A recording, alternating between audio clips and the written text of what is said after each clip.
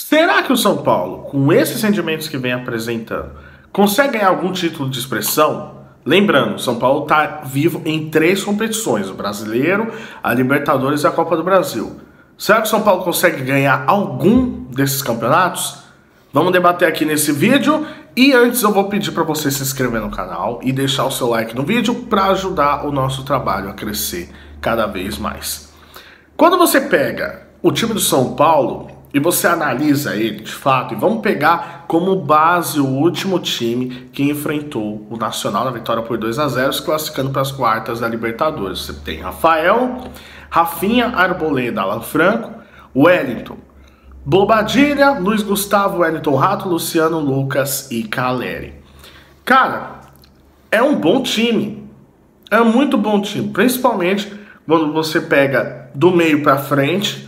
Você vê que tem criatividade, você vê que tem construção, principalmente com o Lucas, tá? O Luciano, ele não é um armador, mas você vê que o Lucas, ele cai muito pra dentro, ele dá um outro ritmo pro time.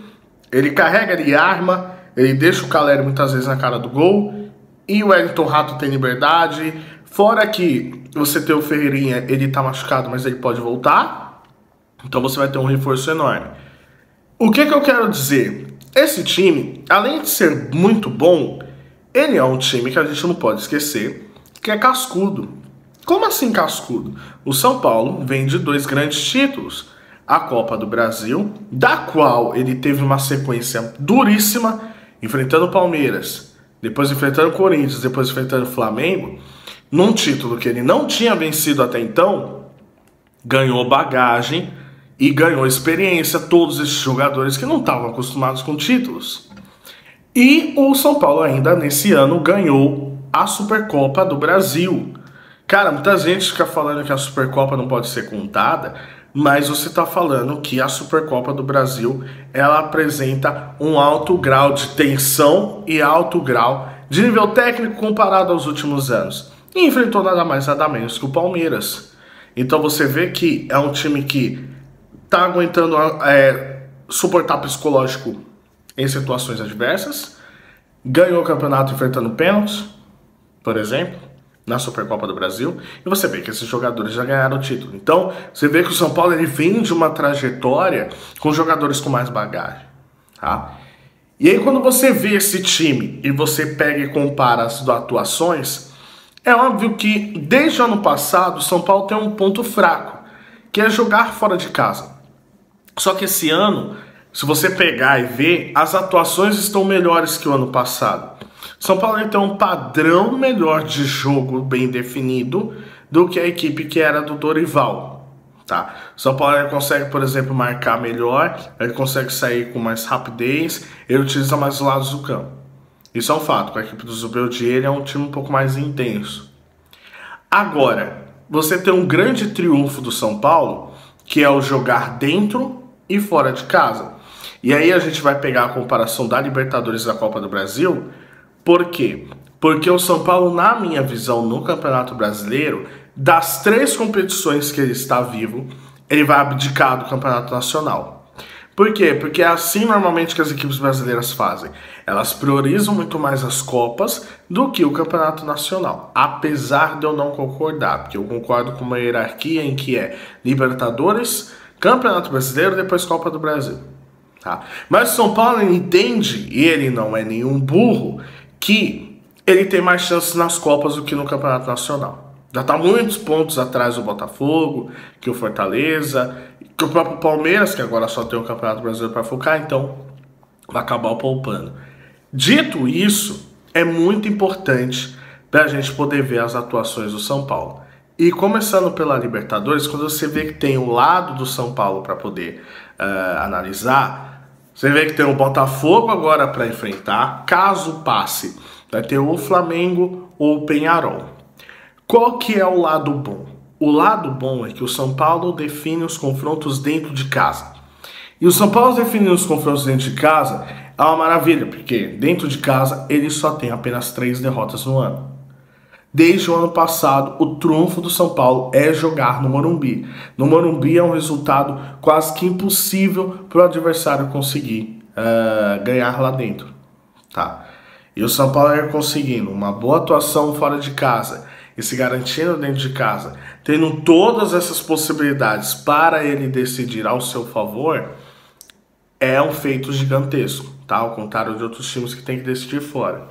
O porém é, analisando o primeiro confronto da Libertadores contra o Botafogo, você vê que o Botafogo, ele é um time que sabe jogar tanto dentro quanto fora de casa. E principalmente sendo o primeiro jogo lá no Newton Santos, vai ser a mesma pressão que estabeleceram contra o Palmeiras. E aí o grande problema é o São Paulo não fazer um bom jogo ao ponto de tomar um resultado, né, então, sofrer uma derrota que fique muito complicado de se reverter no Morumbi.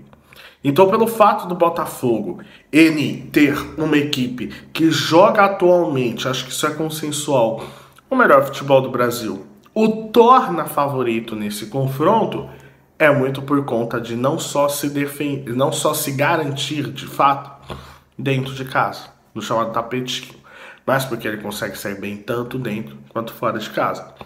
E aí o São Paulo ele precisa melhorar seu rendimento fora de casa para que não fique uma situação perigosa de ter que ficar revertendo o placar do Morumbi e tornar a mesma situação que o Palmeiras vem fazendo nos últimos anos. Aí o São Paulo precisar virar jogos não é uma coisa muito comum, porque o São Paulo não é um time conhecido como virada. Ele é um time, principalmente jogando no Morumbi, que ele saindo na frente, ele não perde. Ele saindo atrás, ele pode buscar o empate. Ele saindo atrás do resultado.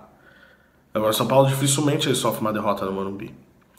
E passando por o Botafogo, ele joga mais que o Peñarol e ele joga mais que o Flamengo. Principalmente o Flamengo, que aí entra naquela questão de fantasma. Por quê? Porque o Flamengo considera o São Paulo como uma equipe muito difícil de ser batida. Tanto no Maracanã quanto no Morumbi. O histórico recente de Flamengo e São Paulo tem mostrado assim.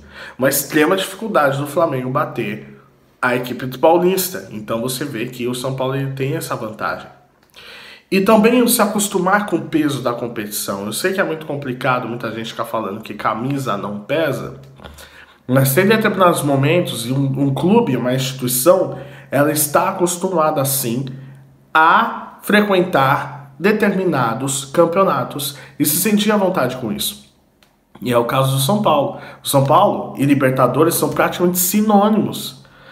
Então, São Paulo e Libertadores sendo sinônimos, você vê que é uma equipe que, por mais que já mudou a geração do último título que foi vencido em 2005, é uma instituição acostumada com a Libertadores. Então, o São Paulo tem todos esses pontos. Ele só não joga mais que o Botafogo, mas como ele decide em casa, ele é muito forte no Morumbi.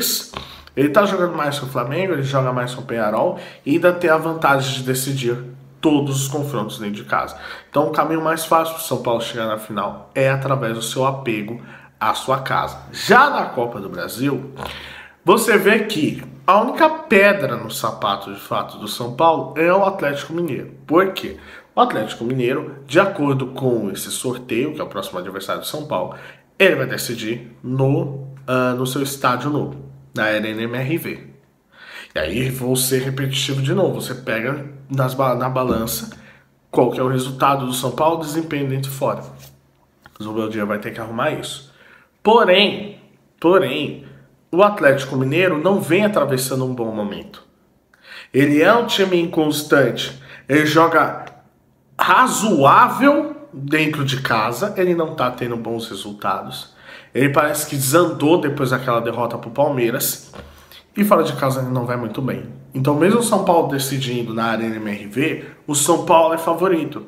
Então você analisando pela Copa do Brasil, você vê que os dois confrontos, tanto o Galo quanto o Botafogo, nesse momento é mais provável o São Paulo passar do Galo na Copa do Brasil.